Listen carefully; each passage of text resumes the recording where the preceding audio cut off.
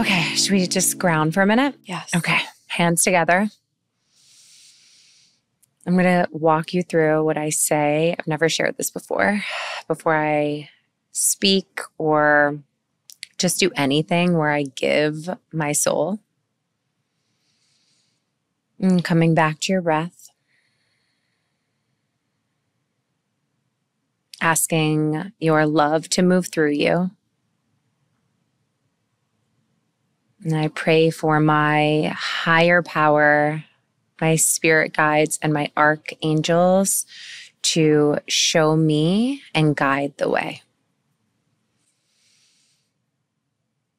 Namaste. Namaste. Gonna need that written down. I'll write that one down for you. Great. Well, thanks for being here. I feel like I'm in the hot seat. You are. I'm so excited about this one, by the way. I know we got some really good questions. Okay, good. Okay, should we dive in? So should we say how we pulled these? We love to take a poll on Instagram and just Dylan pulled all of the questions. Yeah, the juicy ones. She felt were the ones I needed to answer. Yeah. All right. My favorite topic, food. Jumping right in. What is your current relationship with meat?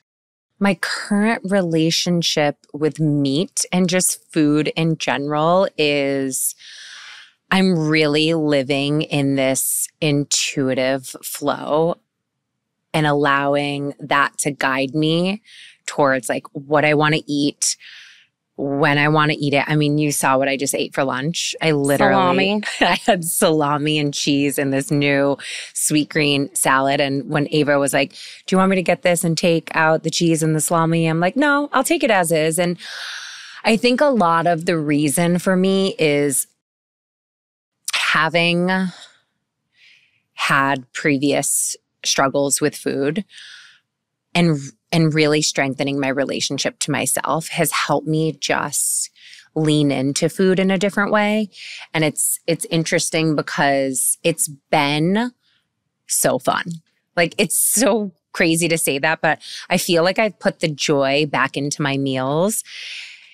And sometimes I think when you're regimented and eat a certain way, which there are things I love and I thrive and I have daily, but it can get robotic. And I had a summer of just like letting everything go and literally eating what I wanted to eat, when I wanted to eat it. And it's felt so good. And I will also share on the flip side of that, I feel like I went to a spectrum where I'm like, okay, like it's really good to know that if you want something, you allow yourself to have it with no guilt, no shame, and just enjoy and indulge in every bite.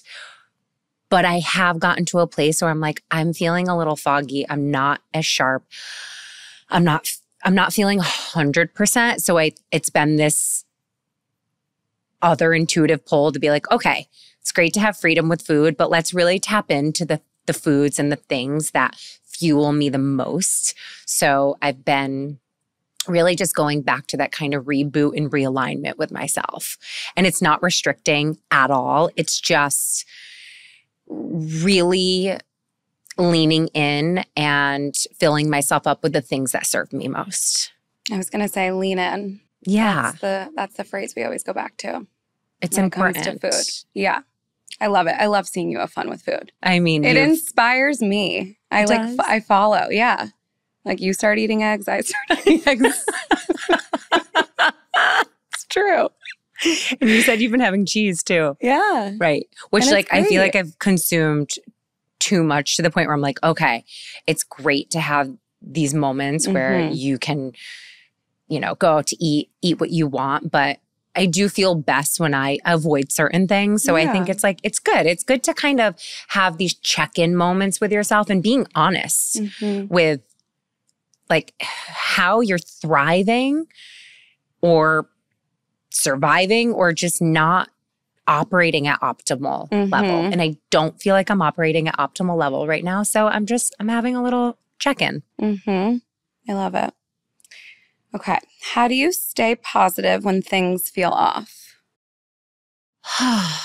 It is It's challenging. You know, I feel off often. And I want to share that with so much honesty, because I think that even though I feel as if like I'm in a place in my life where I'm meant to be, I can be thrown off quickly.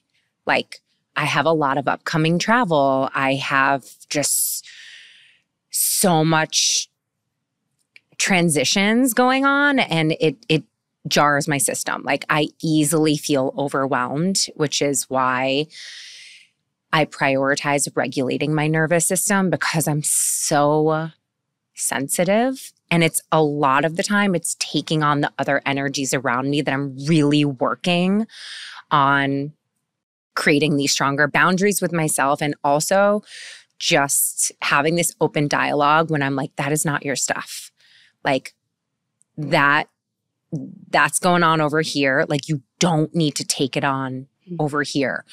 But the thing that really keeps my head above water is, and you know, it's like, I could say it's cliche, it's this, but I really think it's the thing that keeps me going is like being knee deep in gratitude for everything in my life, for the roof above my head, for the food that I get to eat, for my beautiful family, for the love I have in my heart and my soul, for everything that I do, for my friends, for the community that I've built, for being able to move in this way. And I think it takes sometimes just like one situation in your life. Like, I did something that tweaked my back. I couldn't believe how just the act of like getting up and walking and like picking up my daughter would just throw me off. And sometimes it takes having a bad situation come into your life to really check in and to be grateful and to live from that place.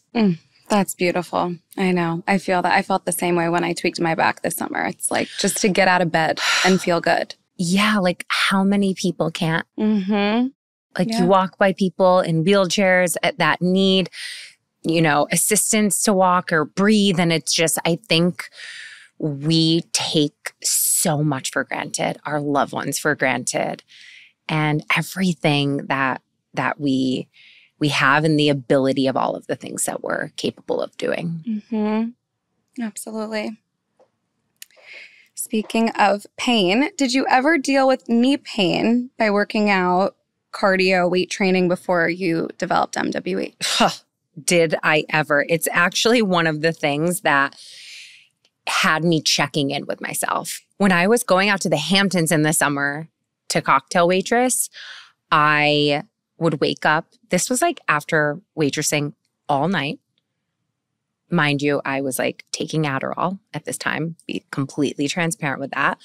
Slept a few hours. I would get up and run like 7 miles on top of being on my feet all night in heels. I worked in heels when I was cocktail waitressing, when I worked at the Chanel counter. Like, I always had to work in heels. So I cannot even picture that. I destroyed my knees. And it was mostly my left knee. And then it was like going into these intense classes, I felt it immediately. And I remember, I mean, this is actually really interesting because I had an x-ray recently where I started to feel something. And I was like, you know what? It's been 10 years since I had an x-ray. Let me just check it out. And Dr. Josh Dines is amazing. I went to see him and he was like, it's actually insane how your knee looks today compared to what it looked like 10 years ago. Like, I reversed damage from doing low impact movements, from no longer running. I lessened the wear and tear, and like, I don't need knee surgery, nothing. And I think that is astounding. Like, that speaks for itself there. It does. Telling everyone. Telling. You have to listen to your body.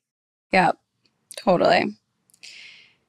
Okay, you're doing a really good job with these guys. She told me to keep it tight, you guys, before this. She was like, keep it tight, no long answers. I was like, Dylan just told me to shut up. I can talk, but that's why we're here. That's why we're here. Yeah, exactly. Okay, this is a fun one. What are some things you would like to do if you had more hours in the day? Oh. Your face. No, you might be surprised by this, or maybe not. I would love to be alone more. I'm not surprised. I really would. And it's because I tap into my creativity when I have the most space with myself, which is why I like to wake up early in the morning, strive to get up before the kids, before the madness, before the chaos, because you can't hear yourself think when you are waking up, touching your phone, and just living by the demands of what everyone needs from you, except for checking in with yourself with what you need for you to be the absolute best person that you can be every single day. And I would have more breathable space in between the day, which, I feel like right now, as I've learned to understand the creator that I am, the businesswoman that I am, and the way that we've set my schedule up now, where like I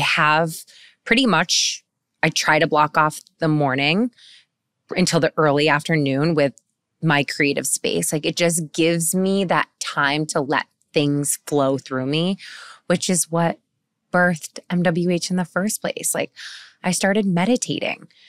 And when you meditate, you're able to hear all of the things that you push down in your life. And we're all so busy running away from ourselves that we don't even give ourselves an opportunity to listen at what is going on at the root. Like, what's the root cause? And, we spend so much money and time on resources on discovering and unveiling all of these things that it's amazing when you get still. Mm-hmm. And just to be clear, when you get still, it doesn't mean you're turning anything off, because thoughts will come, noises in your environment are still going on, but you are able to redirect your focus when you meditate, whether it's on your breath, whether it's mantra, or whether it's listening to the words that are guiding you. Yeah. And that is where the most monumental shifts in my life have come. And to this day, it's like I get real downloads. Yeah. Like I wouldn't have started a podcast if like you encouraged me to do this years ago. I wasn't there. And I'm glad that I didn't start then, because I would have stopped. Now, I picked it up when I felt it like move through my soul, where I was like, you are like, yes, I'm scared. Okay. All of the things were coming up, but I was able to be with what was coming up. And it was a vivid yes. And it's been such an incredible journey. I am obsessed with it. I know. I love it. I'm literally doing 3 today. And that's when I know I'm just like, I'm in my element. I know. I love it. I love seeing you like that. But I wouldn't be here if I didn't come back to my practice. And that is the truth. Mm-hmm. It's about putting the phone down. I mean, I love alone time, let me tell you. Put the phone down, you guys. Yeah. I mean, if you're feeling down, low energy, and your vibration has dropped, it's probably because you're taking most of your precious time that you could be turning towards yourself, and you're putting it towards everything and everyone else but you. Preach. Okay. What is your number one piece of relationship advice? You and Noah are goals. Thank you. That's so sweet. I mean, relationships are work. And one thing that I will say, after being with Noah for 13 years and being married for 7, wow, in less than a month, is that, I mean, I'm laughing because I am thinking about when I had him here, and I was like, I let you be you and you let me be me. And he was like, sometimes. And honestly, that is truthful. You know, I think when I started dating Noah, he worked in hospitality, right? I met him as friends when I was working for him in the club. It's not like he wasn't living this life before we started dating. So for me to come in and think that I'm going to change everything about that man, that never would have worked. And that's why a lot of previous relationships didn't work for him, for myself. And I accepted those parts of him. And yes, there were some things like when it came to his health and wellness that I believe I've been a positive influence on and have encouraged some shifts in that lifestyle, which I think have really served him and our relationship. Is letting your person be their person. Like they have to have their things and you have to be cool with them doing it without you. I think neediness and gripping on so tight is the cause of why most relationships fail. Oh my God. Totally. We need freedom of self. Like I need freedom. Everyone needs freedom to be themselves. And I think it's the only thing that will really make things work in the long run. And look, we have trust. Like we've built a foundation, a really stable foundation that sets you up for longevity in a relationship. Because the trust you guys have it's really beautiful. It is. Thank you. Yeah. And I mean, I lived with them back in COVID, so I've seen it firsthand, and you guys really are you're just the best. You really work so incredibly well together. And I don't think people necessarily see that on Instagram all the time. So, but like, thank you. I mean, we're also very like, we have banter. Like, you do. We bust each other's balls. Mostly me bust, but like he gives it back to me too. And I think that that's really great. And there's one more thing that I stand so strong behind, and it's you have to create your own identity with self. You need your own self-independence.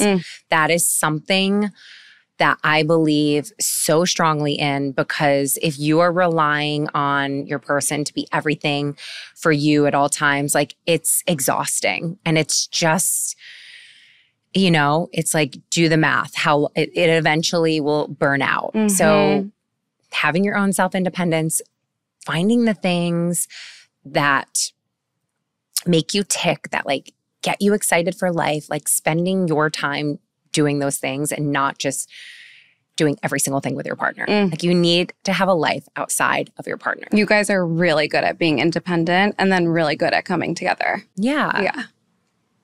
Okay. How to deal with feeling like you've outgrown friends. How to let go and maybe find new. It's a tough one. It takes practice and a lot of self-awareness. And I think it really comes back to just accepting where you are in that relationship. You know, some friends will be your friends that are great to have coffee with, and other friends are friends that you want to have dinner with. And then other friends you want to travel with. You don't want to travel with everybody. And it's okay. Like every friend doesn't have to be every single thing or fill every bucket. But if you feel this real divide and just where you are, things are no longer aligned, I think it's really important to let go with love. And you know, it doesn't mean that you can't say hello if you run into each other, and it hurts. It feels like a breakup because it is. But I think a lot of people spend a lot of time and energy with people who bring them down. And it's your job to do that real investigating and observing and see who makes you, you know, feel more alive. And I mean, I love that saying, like, you should only spend time with people whose eyes light up when you see them. And like, I've never heard that. You haven't? No. I since I've turned 40, like that's my ultimate. Like I don't want to be around anyone who doesn't have a genuine love for me and for just like the person I am, not what I can do for someone, but like really loves me. Yeah. And same in the reverse. And same in the reverse. Yeah. Have you ever experienced fear of success and money? If so, how did you overcome that? Absolutely. I think growing up, having no money and being so aware of almost not fitting in for so long because I felt like most people, in the high school that I went to, they were all at least comfortable.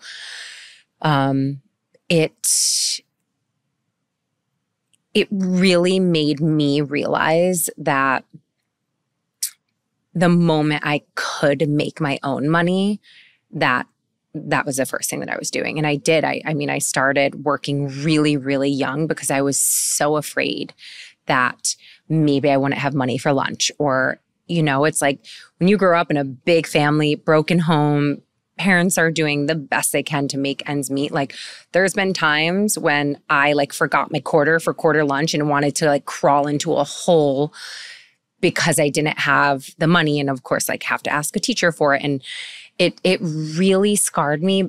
But as I got older, it motivated me. So it started with fear around the way that I knew I didn't want to live. But then it gave me a choice to be a real go-getter and to make choices for myself so that I could provide for me and even my sisters and my family to this day. Mm-hmm. That's so beautiful, Melissa. I mean, your story is because some people don't know where you come from. So hearing that, it's just it's inspiring for so many people. Okay, fun one. Ideal day of food, go. Oh, I would honestly, because I do really love my routine and it just gives me so much energy. I would wake up, I would still have my green juice. I would have Didn't you skip a step? What? My warm water with lemon? Yeah. Well, I feel like if it was ideal, I'd probably skip one thing or so. Okay. We're skipping that. It's the warm water and lemon. It's not yeah. It's fine. I do it, but I would actually, okay, you're right. I'm going to bring it back. I would have a coffee in a mug the size of my head. And I would just literally marinate in that coffee and I would drink it alone in peace with no kids. And it would be boiling hot where it burns my mouth. That's how hot I like my beverages. So I would start there. I would have half almond, half oat latte. You know what? We're going to skip the green juice. We're going to go for the smoothie with my happiness powder because I swear it makes me happier. Which is my fully loaded smoothie right now. Should I say what it is or do you want the nitty gritty? Yeah. Okay. I want to know.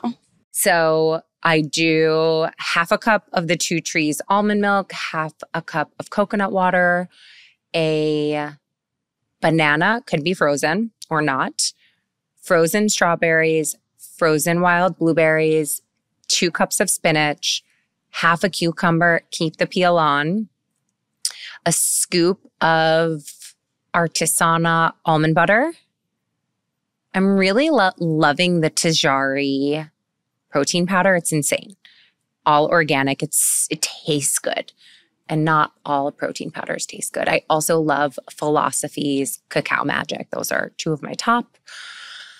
I add a massive heaping scoop of the Anima Mundi happiness powder, which is just a dopamine boost. Telling you, I swear by this thing. I've gone through 2 jars in 2 months. I eat it. Wow. By the scoop. I know. Can we get a refill on that? Yeah. Well, I'll work on that. I live for it. I put 2 dates, pitted dates, and blend that baby up thoroughly, a minute in a high-speed Vitamix blender, and it's so good. It gives me so much life and it fills me up for a good like hour and a half, sometimes 2 hours. And then I would have like avocado toast on a thick sourdough toasted bread with butter and avocado, sea salt, Jennifer Fisher spicy sea salt, lemon, maybe some eggs over easy on top. Okay. Break the yolk, let it like go down your hand when you're eating it. And then I would have like a really delicious, like the salad I made you the other day. I've been dreaming about it. I salivate for it. Yep. Like it's like the pickled vegetables, anything pickled with a vinaigrette. It's like I need that every single day. And I like a massive salad. Romaine, arugula, hearts of palm, cucumbers, tomatoes, pepperoncinis, black olives, a lot of white onion. That is the secret ingredient, believe it or not. Maybe throw some capers in there, some sauerkraut, Hawthorne Valley. It's one of my favorites. And then with my simple salad dressing. I really am a creature of habit. And for dinner, I would have the lobster from Sake no Hana. It's insane. It's one of the best lobsters I've ever had. And yeah, maybe with like a side of sushi. Okay. A toro roll or loaded rolls. Okay. That feels very Yeah, with you. like shishito peppers or edamame and like a ginger salad. That whole meal is from Sake no Hana, which it's just— Run, don't walk. No, seriously, it's one of my favorite. I gotta meals. try it. Yeah, that sounds like a dream of a day. That was great. No, and then I would what have about some dessert? I don't love dessert, but if I was going to have dessert, I would have hot tea. I know. And no, that's not it. With a bag of the Unreal M&M. Okay. There's They're a so little good. bit of like human in you. That likes dessert. I love those M&Ms. You get down with like a good chocolate chip cookie sometimes. Oh, totally. Yeah. But like if I had to really pick— or a peanut butter cup. You like that? M&Ms or like peanut M&Ms, that does it for me. Yep. But I need the hot tea because I need the chocolate to melt in my mouth. Can't have chocolate without tea. And don't ever put chocolate in the refrigerator or the freezer. I find that odd. Oh, good tip. No, I want it to melt in my mouth. Okay. Good. Smart. You know? Yeah. Yeah. Do you freeze your chocolate? No, but I'm going to start not doing that. I'm telling you, it's way more, it's like a brick. Last question. Okay. This is a little juicy one. Oh, so okay. Someone I said asked, juicy. I know. Well, I feel like these were pretty juicy. Yeah. I mean, someone asked, they said that you felt a little bit uncomfortable with the sex talk on the Danielle episode. So what is your philosophy there? So interesting. You know, I am really open and I share so much. There are certain boundaries that I have as a woman that I don't feel comfortable talking about. I don't think everything is for everyone. And it's not that I am uncomfortable about sex. I know for myself it's a sacred thing. And I like to keep that to myself. That's not for everyone. Mm-hmm. And that's just my opinion. It doesn't mean that you can't go out and do what and who you want to do. Like, do you? I'm just, there's just certain things that I've always talk about it. Yeah, I kept very sacred. And that's just one of them. I think you need really strong boundaries in life. And especially being a presence on social media, like you need to know what you're comfortable talking about and things that you want to keep private. And I'm pretty clear on that. Yeah. I mean, you can't let it all out. No. You gotta have some things close Some to your heart. things are no one's business. Oh my God. You guys, okay, we're done because Uba has entered the building.